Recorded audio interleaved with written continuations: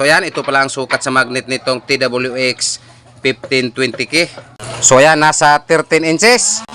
Magkapareho po sila ng sukat nitong TWX 1840K.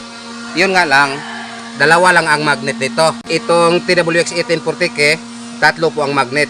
So yo, what's up mga brad? So ngayon may install na naman po kami. So shout out Mr. Customer ng taga Kinasangan, Cebu City. So yan na po ang inyong dalawang halimaw 15 sir. So yan, sinimulan na po namin sa pag-install. So yan, naipasok na po namin yung speaker. Pero yung isa hindi pa nakabit yung bolt. At ito po ang speaker na ikakabit namin, itong TWX 1520K na 2000 watts. Ayan. So susukatin po muna natin. Ito pala ang sukat sa magnet nitong TWX 1520K. So ayan, nasa 13 inches. Magkapareho po sila ng sukat nitong TWX 1840K.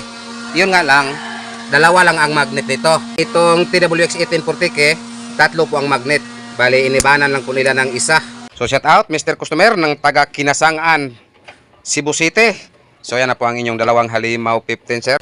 At itong sound test namin mga brad, wala po itong mid-high. Ito lang po ang isinama namin sa pag-sound test para may kalansing po ng kunti.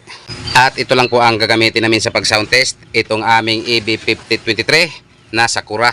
So yo, what's up mga brad? So sa hindi pa po ito pipick upin ni Mr. Customer, ay isa-sound test po ito namin dito kahit sandali. At sa hindi pa nakalam kung ano po ang nakaload nito, ipapakita ko po muna sa inyo. Ito po pala ang nakaload nitong box na to. Itong TWX 1520K na Tosundra po ang brand. At itong sound test namin mga brad, pahinaan lang po ito namin dahil ito lang po ang aming 5023 na Sakura ang gagamitin namin sa pag-sound test nito. At sa hindi ko pa ipagpatuloy ang sound test ito, ay isa-shoutout po muna itong nag-order nito, Mr. Customer, Mr. Susi Gino Pon ng Kinasangan, Cebu City. So ito na po ang inyong dalawang halimaw 15.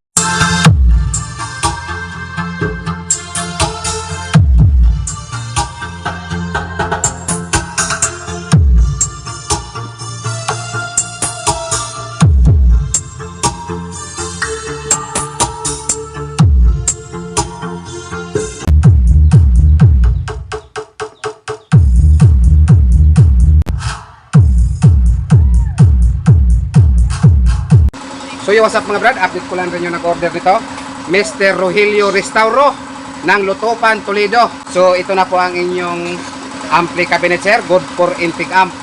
Actually mga brad, fully cover po itong order ni Mr. Customer. At ito po ang mga cover sa likod at sa harap. At dito sa mixer on top. Pero hindi lang po namin ikinabit dahil si Mr. Customer na po ang maglagay sa mga accessories tulad nitong twist lock at handle. Dahil meron na daw siyang mga accessories doon sa kanilang bahay. Actually mga brad, napakakintab po to sa personal. Dito lang po to sa video natin, hindi siya maganda tingnan. Pero napakakintab po to sa personal mga brad. Dito lang po to sa ating video ngayon, hindi po siya maganda. So again, shout out Mr. Rogelio Restauro, Lutopan, Toledo. So ito na po.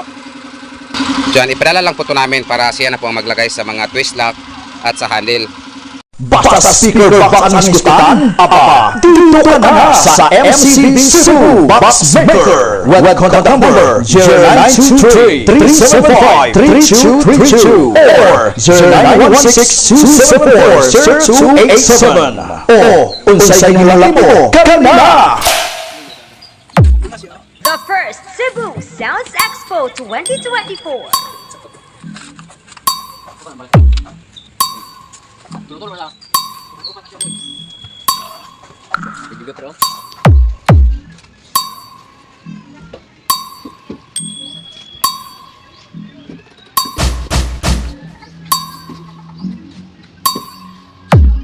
Kailangan na.